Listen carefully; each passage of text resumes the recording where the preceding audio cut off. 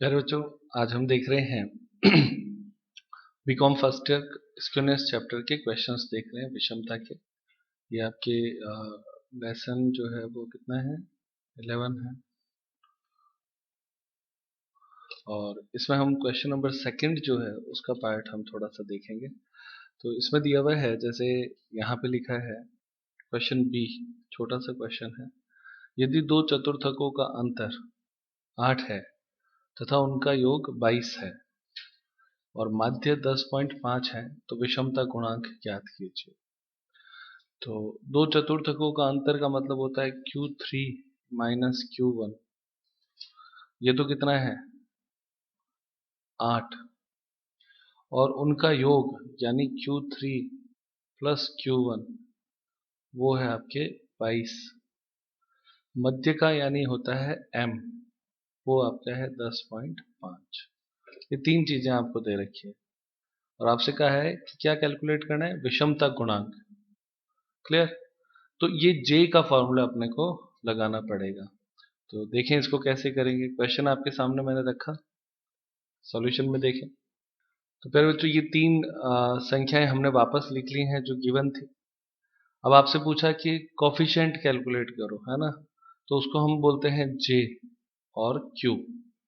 तो J Q calculate करना है। तो J Q कैलकुलेट करने का फॉर्मूला होता है, क्या होता है बच्चों, बोलना एक बार।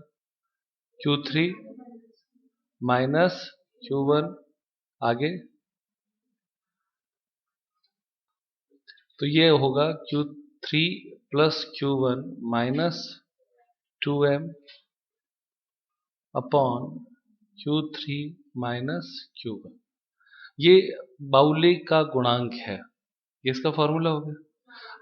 अब आप देखो यहाँ पे सारा दिया हुआ है, जो चीज आपको चाहिए ना वो एक साथ दे रखी है। Q3 प्लस Q1 चाहिए, कहाँ है, ये रहा। M चाहिए, वो ये रहा। तो 22 माइनस 10.5 डिवाइड बाय, और क्या चाहिए, Q3 माइनस Q1, वो दिया हुआ है 8। सॉल्व करें कितना आता है, 22 में से 10 जाएगा, 10.5 डिवाइड बाय 8 कितना आता है, 1.437 आंसर दिया हुआ है बच्चों। तो ये, हाँ बेटा एक बार इसको 2 से मल्टीप्लाई करो, इसको हटाओ, इसको 2 से मल्टीप्लाई करना रह गया ना बच्चों। तो इसको मल्टीप्लाई विद 2 करो। हाँ अब सॉल्व करें तो 22 माइनस 21 हो जाएगा कि 21/8 हो जाएगा। तो 1/8 कितना आता है, 0.25125। ठीक है मेरे बच्चों, ये इतना ही सवाल है। तो इस तरह का क्वेश्चन आपके 2 नंबर में पूछा जाएगा, 2 मार्क्स में। कोई दिक्कत इसमें, आसान है। किताब में दिया हुआ है ना। क्वेश्चन नंबर सी, इसमें दिया हुआ है बाउले का विषमता गुणांक यानी JQ वो है 0.133। ठीक है, प्रथम चतुर्थक यानी Q1 दे रखा है ये, मध्य का यानी M दे रखा है ये। ठीक, अपकिरण का चतुर्थक गुणांक ज्ञात कीजिए। तो अपकिरण मतलब पिछला चैप्टर हो गया, डिस्पर्सन। तो इसमें अपने कोफिशिएंट ऑफ QD कैलकुलेट करना है। क्या कैलकुलेट करना है, coefficient of QD, quartile coefficient of dispersion.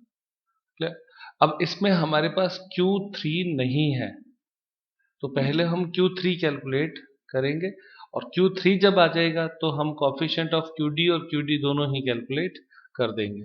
Clear? देखें इसको कैसे करते हैं। तो ये तीन सूचनाएं अपने को दे रखी है। अब JQ का फॉर्मूला क्या हो जाएगा, Q3 plus Q1 minus Q3 minus Q1 और इधर आपके माइनस हो जाएगा 2M। सही है। अब अपने पास देखो यहाँ पे 0.133, सबसे पहले ये लिखो, फिर बराबर Q3 नहीं है तो उसको Q3 पड़ा रहने दो as it is, plus Q1 कितना है 25.83, इसको ब्रैकेट में कर दो और इसमें से घटाना है 2m, तो 2m कितना है 2 इंटू 36.04, उसके बाद में डिवाइड करेंगे, तो डिवाइड के लिए अब इसमें अपने को क्या दे रखा है बच्चों Q3 माइनस Q1, तो Q3 ऐसे ही पड़ा रहेगा, माइनस Q1 कितना है 25.83, ठीक है। अब आप देखो इधर बोर्ड पे देखें बेटा, ये जो नीचे है ना इसकी पूरी गुणा इधर करवा देंगे, तो मल्टीप्लाई करो, देखो 0.133 Q3, ठीक है। उसके बाद में माइनस, अब 0.133 की गुणा 25.83 से कराओ कितना होता है 3.435 बराबर Q3 प्लस 25.83, सही है। और इधर माइनस क्या हो जाएगा इसमें से 22.08, सही चल रहा है सारा। अब आप देखो Q3 इधर, ये देखो ये एक बीज गणित की संख्या होगी, सही है, ये भी बीज गणित की संख्या होगी, बाकी सारी तो अंक गणित की संख्याएं हैं, इसको उधर ले जाएंगे, इसको इधर ले आएंगे, ये भी ठीक है। ये इधर आएगा तो माइनस का हो जाएगा Q3, सही है। खाली Q3 का मतलब 1 से होता है, इसको क्या माना जाता है 1 माना जाता है, जैसे x नहीं होता था क्या, जैसे x होता था ये x मानो, आप अब x नहीं लिख के Q3 लिख दिया, बात तो वही है। तो अब आप देखो 0.133 Q3 माइनस 1 Q3 बराबर 25.83 माइनस 72.08 प्लस, ये उधर जाके प्लस हो जाएगा ना 3.435, सही है।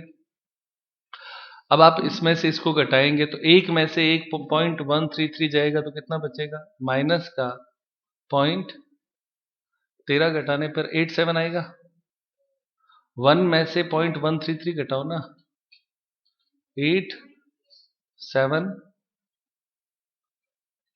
86 आता है, 867 Q3, सही है, बराबर। अब देखो ये 72 माइनस का बड़ा है, ये प्लस का और ये प्लस का, तो ये दोनों घटा दो इसमें से, माइनस का 42.8815, माइनस से माइनस कट जाएगा। अब क्या बचा Q3 बराबर 42.815 डिवाइड बाय 0.867 भाग दो, Q3 बराबर आया 49.38, ये किसका आपके आंसर आ गया Q3 का आ गया। अब Q3 Q1 आ गया ना दोनों। अब आप लो कोफिशिएंट ऑफ QD, तो कोफिशिएंट ऑफ QD का फॉर्मूला क्या होता है बच्चों Q3 माइनस है ना Q3 माइनस Q1 बट्टे Q3 प्लस Q1, ये फॉर्मूला होता है। अब आप इसे सॉल्व करें, Q3 है 49.38 माइनस Q1 कितना है बेटा 83 डिवाइड में ये प्लस में हो जाएगा 49.38 प्लस 25.83, सॉल्व करें इसे,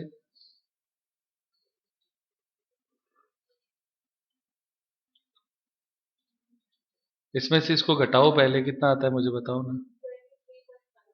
23.55 डिवाइड बाय, इन दोनों को जोड़ो आप 70.21 भाग दो, कितना आता है 0.31, ये आंसर दिया हुआ है, चेक करो। आ गया ना, आसान है।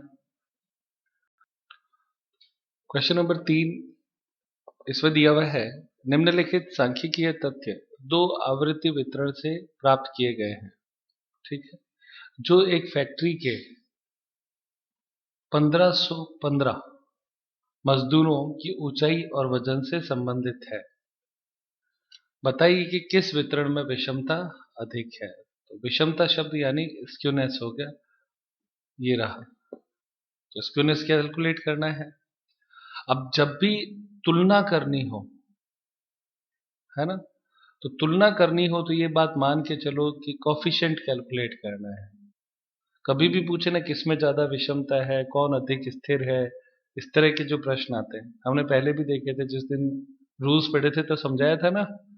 तो जब भी ऐसा कभी पूछा जाए कि किसमें अधिक है किसमें कम है, तो आपको ये मान लेना है कि कॉफिशिएंट कैलकुलेट करना है। तुलना का मतलब होता है कॉफिशिएंट, और विषमता की तुलना का जो फॉर्मूला है वो जे कहलाता है। तो इसमें कैलकुलेट क्या करना है, जे कैलकुलेट करना है।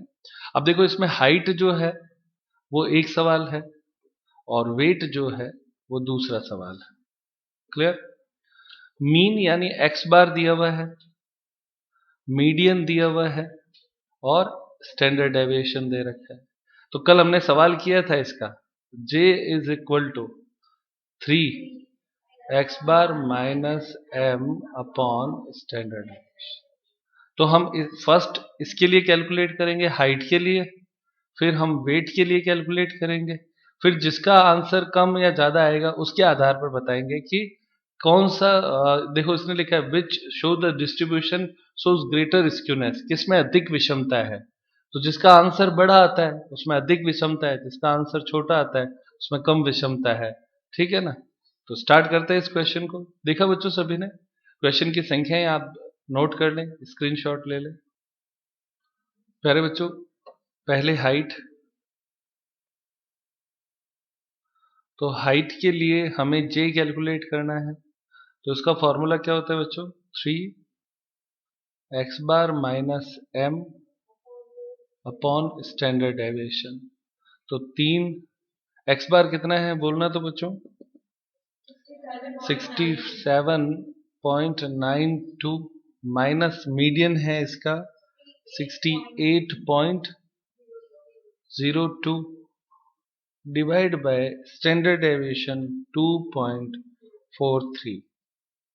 बस ये इतना ही है। सॉल्व करें इसे, आंसर माइनस में आएगा क्योंकि 68 बड़ा है। तो आंसर कितना आता है इसका, माइनस का 0.123, इसका आंसर आ गया। माइनस तो आएगा ना, 68 बड़ा है, देखो 68 बड़ा है तो माइनस आएगा। माइनस को फिर 3 से, जो भी संख्या आएगी उसको 3 से गुणा करेंगे। कैलकुलेटर पे आराम से इसे सॉल्व कर लो, कैलकुलेटर अलाउड है बीकॉम में। फिर वेट, तो वेट का भी इसी तरीके से सॉल्व करेंगे। जे फॉर्मूला तो यही है, उसमें 3x बार आपके दे रखा है 138.88 माइनस 137.62 अपॉन 17.2।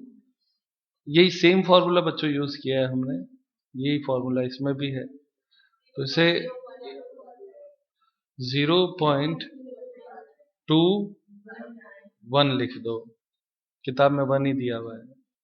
अब इसमें देखो ये प्लस है ना और वो माइनस है, तो बड़ा कौन हुआ, ऑब्वियस है प्लस और माइनस की संख्या में प्लस की संख्या बड़ी होती है, तो ये ज्यादा हो गया। तो आप इसमें आंसर लिखें,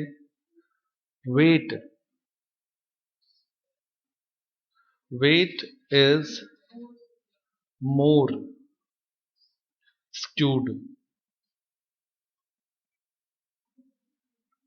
यानी जो वेट है वो अधिक बदलता है, अधिक विषम है। ठीक है बच्चों, ये भी 2 नंबर में आपके आता है 2 मार्क्स में, छोटे प्रश्न में आएगा। ठीक है, एक ये फॉर्मूला लगाया, एक ये फॉर्मूला लगाया, 2 नंबर में सॉल्व करना है। नेक्स्ट क्वेश्चन देखें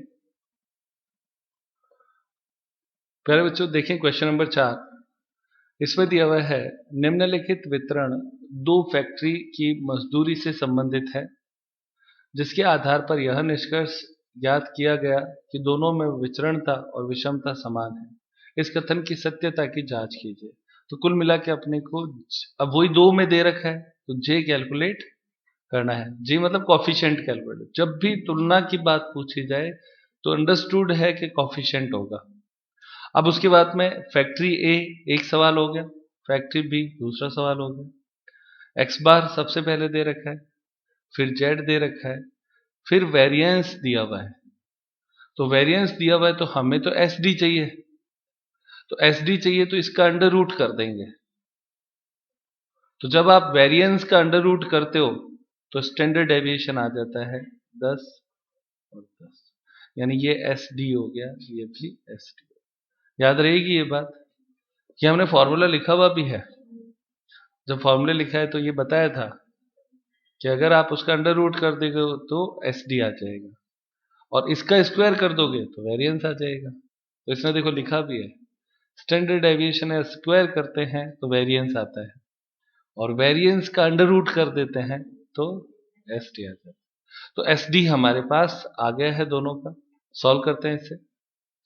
तो प्यारे बच्चों देखें इसे, इसमें सबसे पहले हमें जे कैलकुलेट करना है, और जे का फॉर्मूला रहेगा x bar minus z upon standard deviation. Basic formula है, इसी से दोनों सॉल्व करने हैं। तो जो फैक्ट्री ए है उसके लिए सॉल्व कर रहे हैं जे बराबर एक्स बार कितना दिया हुआ है उसमें 50 माइनस 45 डिवाइड बाय 10, आंसर 0.5। और बी के लिए जे निकालना है, तो इसमें आपके है 45 माइनस 50 बट्टे 10, तो माइनस का आएगा 0.5। अब प्रश्न वही है, उसने क्या कहा था, स्टेटमेंट क्या था। तो प्रश्न का जो स्टेटमेंट था उसमें ये लिखा हुआ था कि आपको ये चेक करना है। उसमें स्टेटमेंट था कि दोनों जो है वो समान है, जबकि हम ये देख रहे हैं एक प्लस का 0.5 है और एक माइनस का 0.5 है, तो दिन रात का अंतर हो गया है ना। तो द स्टेटमेंट इज रॉन्ग। ठीक है, तो स्टेटमेंट जो उसने दिया था वो क्या हो गया, रॉन्ग हो गया, फॉल्स हो गया। Clear, the statement is not true. Okay, question number 15 देखें प्यारे बच्चों, इसे इंपॉर्टेंट मार्क कर लें। The following table was formed by an examination. इसमें मार्क्स दे रखे हैं 0 से 5, 5 से 10, 10 से 15 और कंटिन्यू करते हुए 40 से 45। स्टूडेंट्स 5, 9, 13, 21, 29, 22, 12, 6 और 3। अब इसमें आगे क्या लिखता है, विस्तृत जांच करने पर ज्ञात हुआ कि 14वें विद्यार्थी के 11 अंक प्राप्त किए थे, 48वें विद्यार्थी ने 22 अंक प्राप्त किए थे, 77वें विद्यार्थी ने 26 अंक प्राप्त किए थे, और 111वें विद्यार्थी ने 38 अंक प्राप्त किए थे। तो यानी इसमें जो टेबल में उनको गलत दिखा रखा है तो हमें सही करना पड़ेगा। हाउ टू, तो इसमें देखें तो ये 4 अलग अलग जगहों पे वो कहता है कि इसको थोड़ा सा आपको सही करना पड़ेगा, ये टेबल सही नहीं है। तो इस सारणी का संशोधन कर कार्ल पियर्सन का विषमता गुणांक यानी जे कैलकुलेट करना है। तो इसमें टेबल को सही करने के लिए अपने को क्या करना पड़ेगा, इसको सवाल को लिखना पड़ेगा। तो स्टार्ट करते हैं, और इन संख्याओं को हम उस समय वापस फिर से देखेंगे। स्टार्ट करें मेरे बच्चों। जैसा कि आपने देखा कि हमने क्वेश्चन नंबर 15 का ग्रुप ऑफ फ्रीक्वेंसी लिख लिया है। अब अपने को जो प्रश्न में कहा था कि पहले आप इसको थोड़ा सा सुधार करें, तो सुधार करने के लिए आप सबसे पहला काम करो, एक CF बनाओ। इसमें CF बनाएंगे तो सबसे पहले 5, 5 और 9 14, 14 के बाद में 27, फिर 48, फिर 77, 99, 111, 117 और 120। हो गया ये भी। तो CF क्यों बना है वो भी आपको पता चलेगा। अब प्रश्न में जो दिया था वो पढ़ते हैं, तो आप भी मेरे साथ देखें। तो बच्चों इस प्रश्न में देखो लिखा क्या है, 14वें विद्यार्थी के 11 अंक थे। ठीक है, अब केवल इसी को हम सही करेंगे। देखें, 14वां विद्यार्थी ये रहा, CF से पता चलेगा। इसके कितने अंक थे? 11 थे। तो यहाँ पे तो ग्रुप तो 5 से 10 है, इसका मतलब ये जो 14वां है उसको इसमें होना चाहिए था। 11 अंक है ना, तो 11 अंक तो यहाँ आते हैं। तो यहाँ पे एक फ्रीक्वेंसी कम कर देंगे और यहाँ पे एक फ्रीक्वेंसी प्लस कर देंगे। समझ में आया? एक बार और बताता हूं। प्रश्न में लिखा था 14वां जो स्टूडेंट है उसके 11 अंक थे। तो 14वां स्टूडेंट तो ये रहा, इसके अंक 10 नहीं थे, 11 थे। तो 11 थे तो फिर वो इस ग्रुप में होना चाहिए था ना, तो इस ग्रुप में होना चाहिए था। तो यहां से इस ग्रुप में से तो एक कम कर दिया और इस ग्रुप में एक बढ़ा दिया। क्लियर? इसी तरह से अगली संख्या क्या लिखिए, पढ़ना तो देखें। 48वें विद्यार्थी के 22 अंक थे। ठीक है, तो सवाल में जाते हैं। 48वां विद्यार्थी ये रहा, इसके कितने अंक थे? 22। जबकि ये तो 20 तक का ग्रुप था, तो 22 इसमें आएगा, तो 22 यहां आता है। तो यहां पे भी एक माइनस और एक नीचे वाले में एक प्लस। समझ में आ रहा है? समझ में आ रहा है बच्चों? फिर उसके बाद में अगला कौन से क्या लिखा है? 77वें विद्यार्थी के कितने थे? 26 अंक थे। तो ये रहा 77वां विद्यार्थी, इसके 25 तक ही था ये तो इसका मतलब 26 तो यहां आता है। तो इसका मतलब यहां पे एक माइनस और यहां पे एक प्लस हो जाएगा। सही चल रहा है? फिर लास्ट में एक और लिखा है, 111वें व्यक्ति के कितने अंक थे? 38 मार्क्स थे। 111वें व्यक्ति के 38 अंक थे, ऐसे ही है। तो अब आप देखो, 111वां जो व्यक्ति था वो ये रहा, उसके 38 मार्क्स है, यानी 35 तो नहीं है, 38 तो यहां आता है। तो यहां पे एक प्लस हो जाएगा और यहां पे एक माइनस हो जाएगा। अब प्यारे बच्चों, आपको क्या करना है, इस फ्रीक्वेंसी को वापस लेना पड़ेगा। तो फ्रीक्वेंसी आपकी दोबारा से आएगी 5, 9 में से एक कम हो जाएगा 8, फिर 13 में एक जुड़ जाएगा 14। देखो ये प्लस माइनस सारा किस में हो रहा है? फ्रीक्वेंसी में हो रहा है, याद रखना है। फिर 21 में एक कम हो जाएगा 20, 77 में एक 29 में एक जुड़ेगा और एक घटेगा, तो 29 ही रह जाएगा। फिर 22 में एक जुड़ेगा 23, फिर 11, 12 में से एक गया और 6 में एक जुड़ा 7 और 3, टोटल 120 ही आएगा। क्योंकि जितने हमने जोड़े थे उतने घटाए भी हैं, चेक कर लो। हो गया सब? तो अब आपका ये ग्रुप हो गया, ये फ्रीक्वेंसी हो गया। अब आप इस क्वेश्चन को सॉल्व कर सकते हैं। इसमें अपने को क्या कैलकुलेट करना है?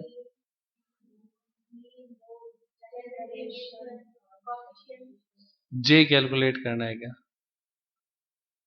तो जे कैलकुलेट अब आप इसमें सॉल्व करें, ये आपका होमवर्क रहेगा, इसको आराम से कर लेना। ठीक है मेरे बच्चों, हो जाएगा, क्योंकि ऐसे सवाल हमने पहले कर रखे हैं। तो बस ये इतना ही चेंज सीखना था। अब ये नई फ्रीक्वेंसी आ गई, अब इसके बेस पे सवाल हो जाएगा। तो आज की क्लास यहीं समाप्त करते हैं।